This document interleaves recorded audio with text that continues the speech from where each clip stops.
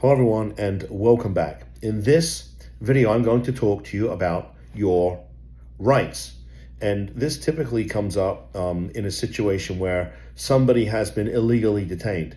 They've been Baker Acted. The state of Florida has taken custody of them. And now I have a family member on the phone who's saying to us, well, they're violating her rights. They're violating his rights. Okay, I agree.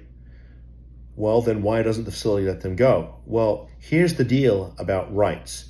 And rights are only as good or as great or as strong as their enforceability. What do I mean by that? I mean, if your loved one's rights have been violated, unless you're willing to go to court and enforce the rights that have allegedly been violated, well, then all you have is a bunch of ink on a piece of paper or something that you read on Google that says they have rights and they've been violated.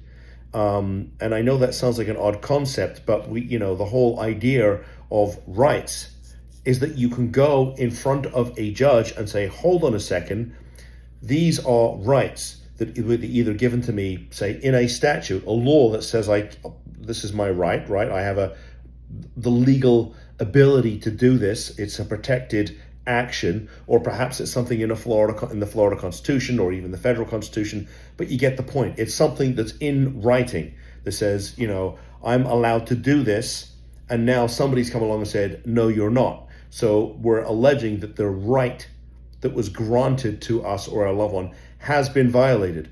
Well, unless you're willing to go in front of a judge and say, Judge, they have violated this right, then really what difference does it make?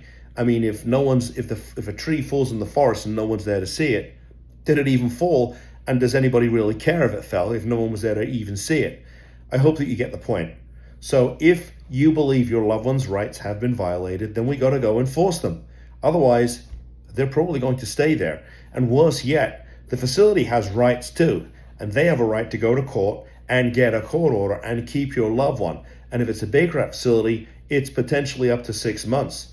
The state, which is really what's going on here when it comes to the Baker Act, because the facility is a licensed agent of the state's mental health system, the state has a right to keep your loved one.